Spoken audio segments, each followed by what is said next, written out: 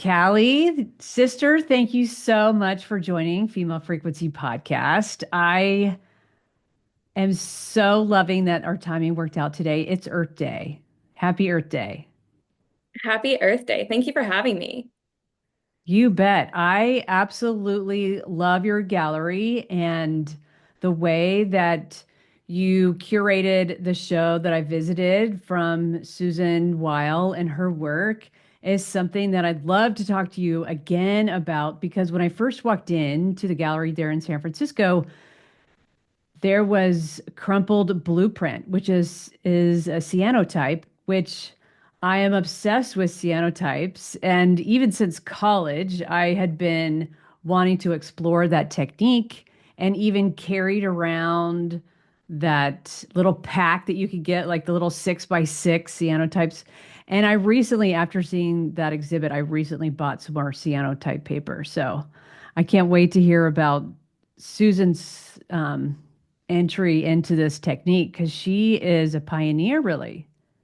For sure. I think it's important to start at the beginning. So, Susan Weil is this incredible artist that we're very grateful to be working with. And unfortunately, she's quite overlooked. And that's something that we're trying to help with and get her work into the world. Susan graduated high school and moved to Paris in 1948.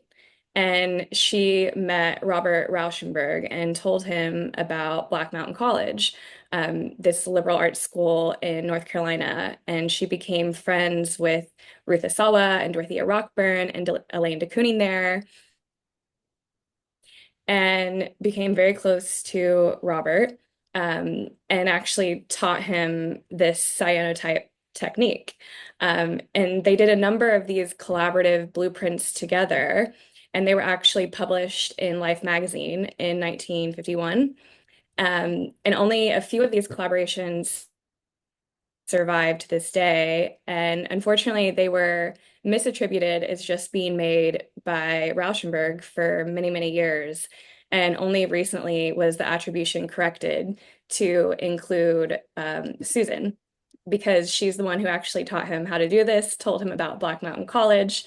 So she's really responsible for that technique.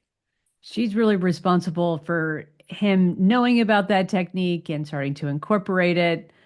That is amazing and definitely overlooked. I didn't know that. And I remember when I was Yeah. looking up um, silkscreen and serigraphy techniques for another artist that I was working for. I was working with Chihuly and just looking how Rauschenberg was using those techniques and how it related to his acrylic work is really was fascinating to me at the time. So I thought that I did a pretty deep dive into his techniques and I never saw much Yeah. about this one.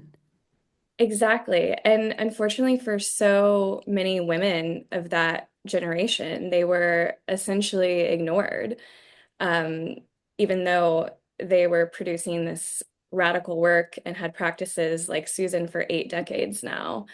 Um, but I think what's so interesting about her is that she did absorb the radical ethos of Black Mountain College, but instead of just painting, she experiments and continues to experiment with so many different materials, paper and plexiglass and crumpling of the canvas.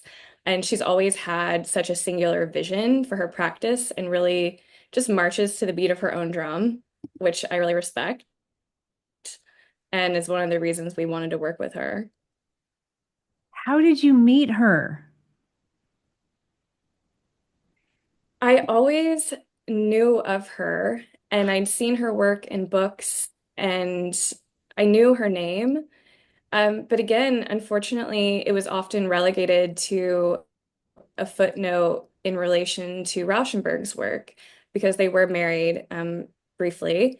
And it always stuck with me. And when I discovered that she was represented by a gallery in New York called JDJ Gallery, I called the owner and begged for a show and said I really wanted to show her how important I think she is and influential. And luckily, Susan said yes. Yay, yay. Artist blessing, gallery blessing. Yeah. the trifecta. Exactly. Exactly. Well, I Exactly. really love how you curated the show because as we're talking on Earth Day, it is the female form as subjectivity, and then you were able to relate certain pieces to what she was talking about and speaking to with body and earth. And tell me more about some of these pieces that you've learned about with her. Yeah. The earliest work in the show is from 1966, and Susan often references art history and literature throughout her career. And an ongoing inspiration is the work of Edward Muybridge, who was a 19th century photographer, and he was known for his studies of motion.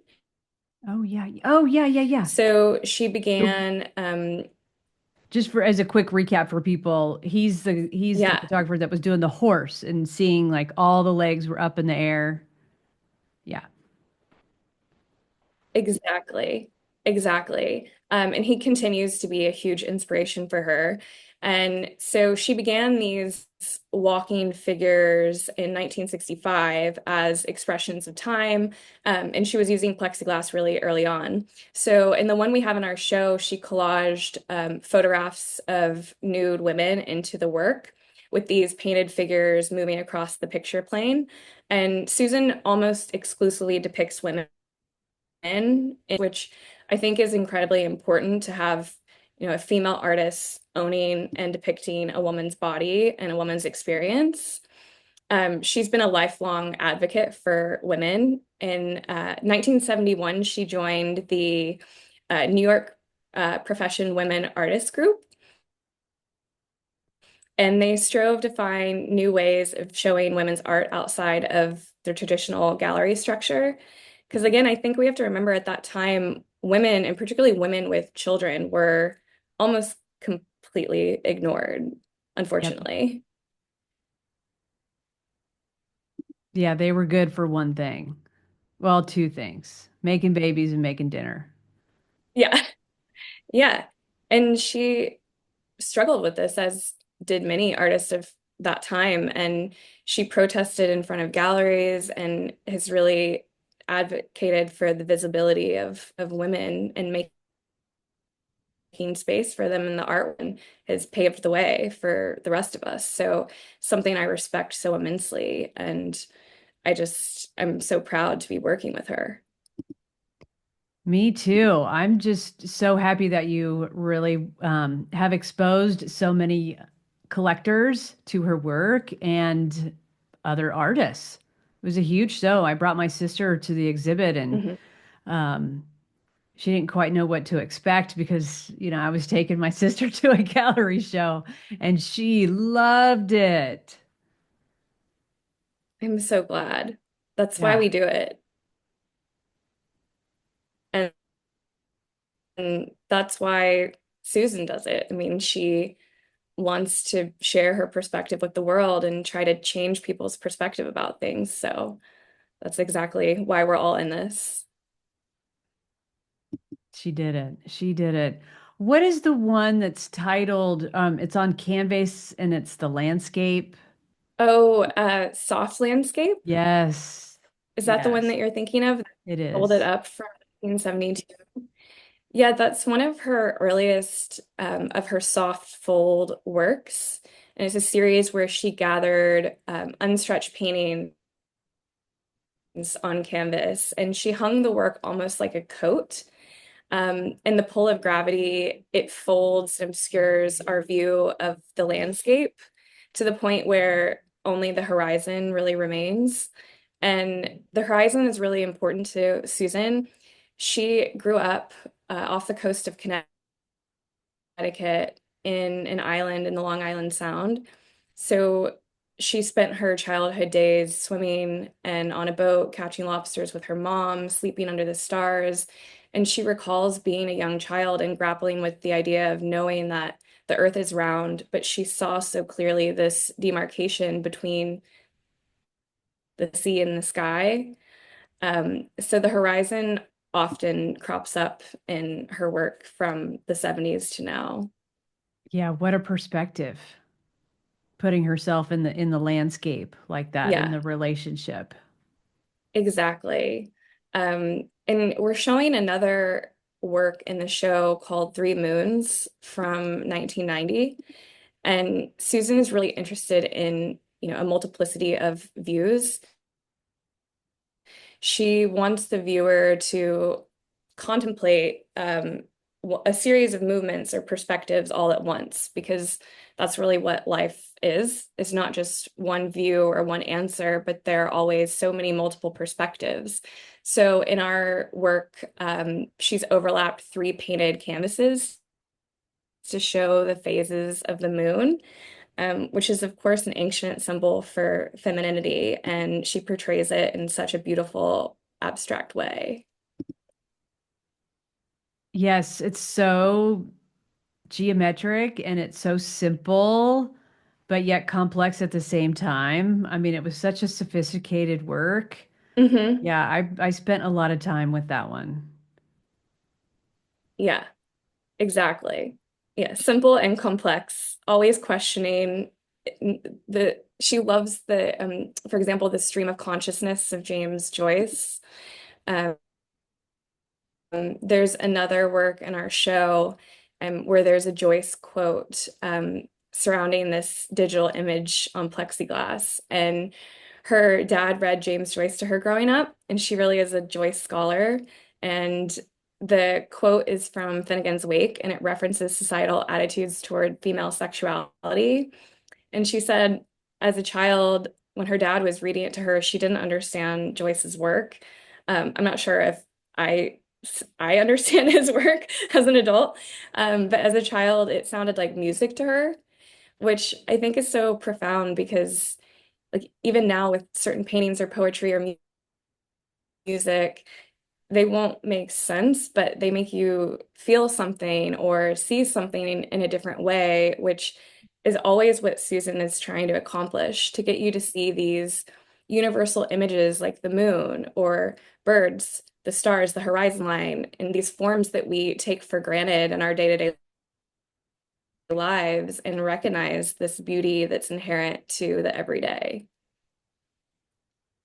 And really using all of her senses. It's reminding me what I just learned about Georgie O'Keeffe, and she was exploring synesthesia in her life and these blending of the Mhm. senses. It sounds like she's doing the same thing. Exactly. Exactly. And she was, again, so experimental, but there are these undercurrents that remain, the phases of the moon and time and gravity and our relationship to nature and the earth. And she said, she never wanted to depict nature in a literal way, but to celebrate its wonder, the feeling that she has in nature, sleeping under the stars or swimming or so that has always been really important to her. Beautiful. She is such a dynamic artist. She really is. She really is. And another work I wanted to mention is that she started doing these paper constructions in the mid 70s. And we're showing one in our show called Infold from 1979. And I think the piece can be read as an abstract kind of meditation on the female body and the layered and torn and folded paper. It evokes the kind of textures and contours of the skin and fabric and flesh. And, and her manipulation of paper mirrors the way, our bodies record experiences, and they bear marks of time and transformation. Um, and a body's role as a vessel for memory and for emotion and life. And so she transforms this really fragile material into something resilient, mirroring particularly the strength and complexity of the female body. Everybody's got to go see this show. I agree. Yes. I agree. God, I what just a love great. Susan. Was she ever a teacher in her career or She did teach. She did teach at Dalton College, and she has so many incredible stories because, she moved to New York in 1949. That was at the time where the New York art world was becoming the New York art world. So she saw it become what it is. And to have that whole history, she's been working for 8 decades. Yeah, she's 95 right now, right? She turned 95 last month. Wow. It makes me wonder if, with this being her most recent exhibit, if she has a foundation set up or what's going to happen to some of the work that she has. Yes, she has a studio manager and she's working with Jane Johnson in New York, her gallerist there. And we're hoping to continue working with her as well on the West Coast. This is her first solo show in San Francisco, and she hasn't exhibited that widely in California. So we're hoping to do more with her in the coming That would be so years. exciting for you. That'd be so exciting for everybody on the West Coast to be able to experience her work in person. Exactly. And particularly because she was really good friends with Ruth Asawa, whose retrospective recently opened at SF MoMA.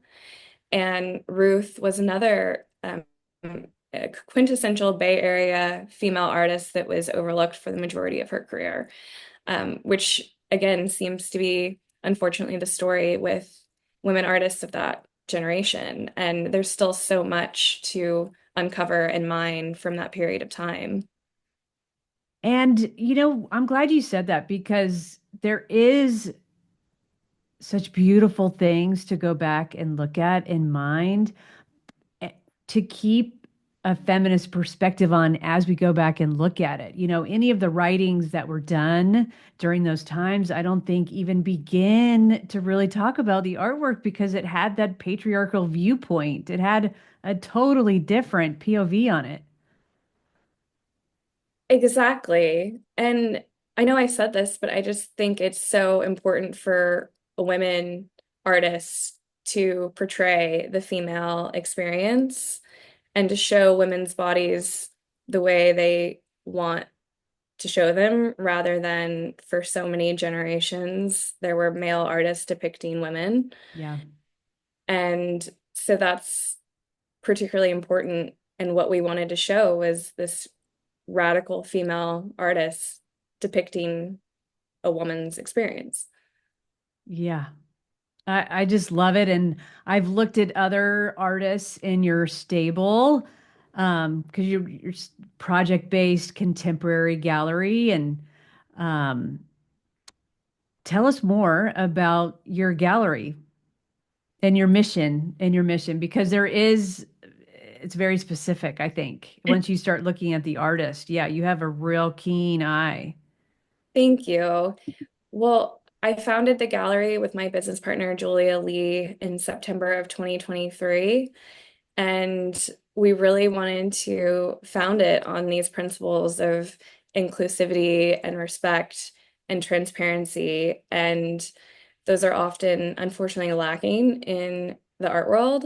And we really wanted to have an artist first space where their work and an artist's legacy are the top priority. And when I first entered the art world over a decade ago, I was struck by the fact that most of the galleries were owned by men but run by women, and most of the programs were male artists almost exclusively.